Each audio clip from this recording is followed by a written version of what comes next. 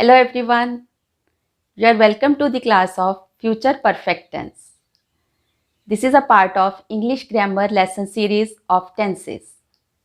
In this class, we will focus on what is future perfect tense, its structure, timeline, use of will or shall, regular and irregular verbs, its sentence formation, different forms, contractions used in it, how to give short answers, its different uses with the help of examples, and practice exercises.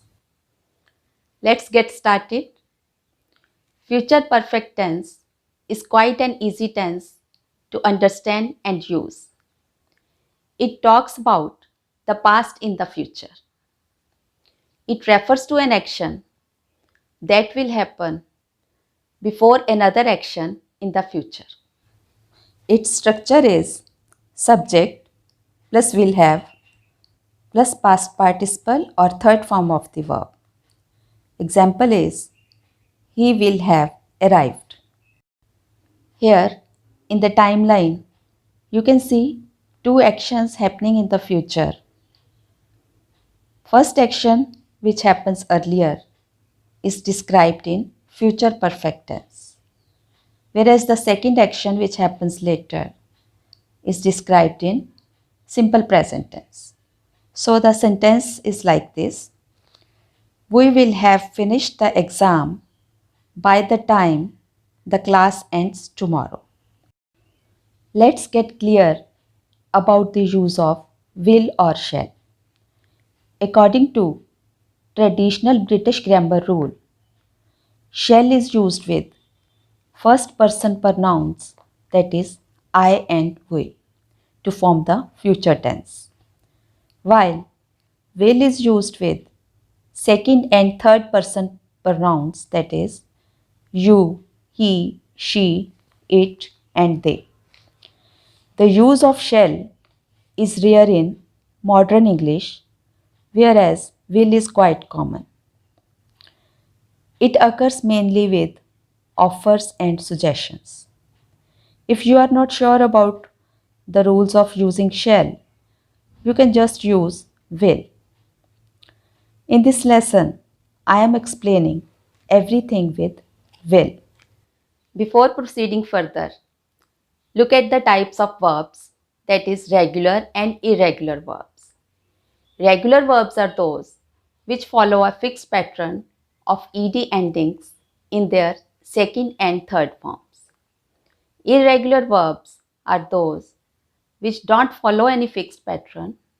You have to learn them as they are.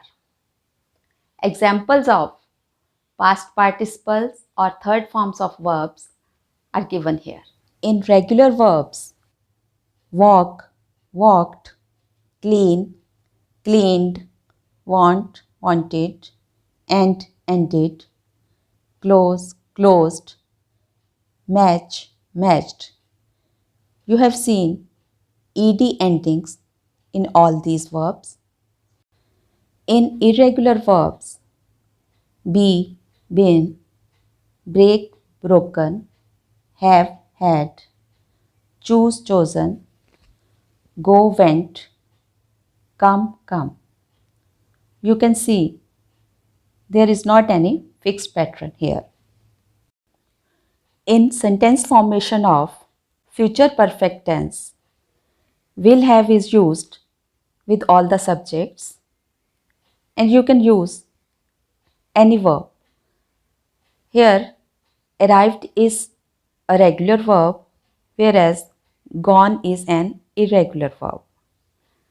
And different sentences can be: I will have arrived, you will have gone, she will have arrived, they will have gone.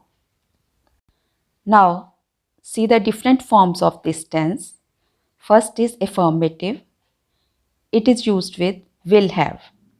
Different sentences are: you will have started, he will have started, we will have started. Second form is negative sentences. Here, will not have is used and the sentences are: she will not have started, we will not have started, they will not have started. Third form is interrogative sentences. Examples are: will you have started? Will she have started? Will they have started? Next form is information questions. Here, question words or phrases are added before the interrogative sentences. Examples are: when will I have started? Where will she have started? At what time will they have started? Here are contractions used in this tense. In positive sentences, contractions are like this. I will is contracted into I'll, he will into he'll, it will, it'll, you will, you'll, they will, they'll. And in negative sentences, I will not is contracted to I won't, he will not into he won't, it will not, it won't, you will not, you won't, they will not, they won't. When yes or no questions are asked in future perfect tense, we are supposed to answer them in short. But we can't simply say yes or no. The correct way to answer them is like this. If the question is, will you have graduated by 2021? Answer is, yes, I will, or no, I won't. And if the question is, will they have finished the work by the evening? Answer is, yes, they will, or no, they won't. Usage of future perfect tense. This tense is used to express an action which will have finished before a specific time in the future. For example, I'll have finished my work by 5 o'clock. Here, the specific time is 5 o'clock, and by this time, the action will have finished. Another example is, by 8 o'clock, he'll have taken off for Japan. Here, specific time is 8 o'clock. This tense is also used to express an action which will have finished before another action in future.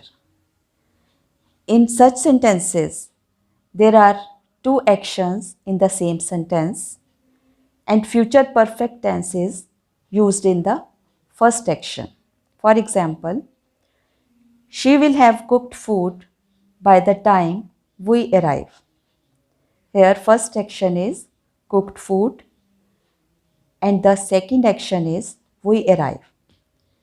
And in the first action, we are using the future perfect tense, that is, will have cooked. Another example is, he'll have learnt Chinese before he moves to China. Next use of this tense is for certainty about the near past. Examples are, they will have arrived at the hotel by now. She will have spoken to Jack by now. In these sentences, certainties are, they will have arrived and she will have spoken. Different time expressions used in this tense are before, by the time, by, till, until, by now, by then, by Monday, by 6 o'clock, etc. Note that till and until are mostly used in negative sentences. For example, she won't have completed the report till 6 o'clock. As I have explained everything about the future perfect tense, it's time to practice what has been learned so far. In the practice exercises ahead, We'll discuss some parts and the remaining parts you can do yourself. Answers are given in the description box below, which you can check later on. In first exercise, you have to fill in the blanks with future perfect tense.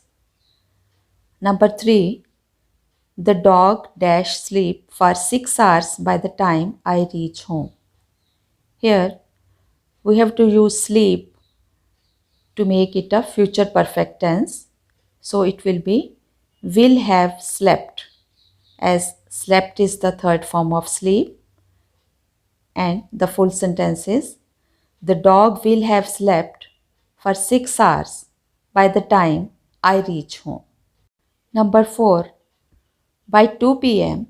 we dash have lunch. Here, past participle or third form of have is had. So the sentence is by 2 p.m. we will have had lunch. This sentence looks bit different because have and had both are used here. But first have is because of the tense, that is will have, and second had is because of the past participle of have. Number 5, next December we dash be married for 20 years. Here past participle of or third form of be is been. So the sentence is next December we will have been married for 20 years. In second exercise, you have to change the sentences into the given form of future perfect tense. Number 1, it will have rained by the time we reach office. Change into negative. Here we will add not. So the sentence becomes it will not have rained by the time we reach office. Number 3, will she have bought the new car by Monday? Change into positive. To make it positive, we'll change the position of will, and the sentence is she will have bought the new car by Monday. Number 4, Fred will have returned from his holidays by Wednesday. Change into interrogative. To make it interrogative, we'll bring will at the first place, and the sentence is will Fred have returned from his holidays by Wednesday? Question mark. In exercise 3, there are some mistakes in the sentences and you have to correct them. Number 1, by the end of next week, Sharon has come back from Greece. Here, the mistake is in has. It should be will have. So the correct sentence is by the end of next week, Sharon will have come back from Greece. Number 4, he will have gone to bed until midnight. If you remember, we have just discussed that until is used in negative sentences. So, we'll change this sentence into negative.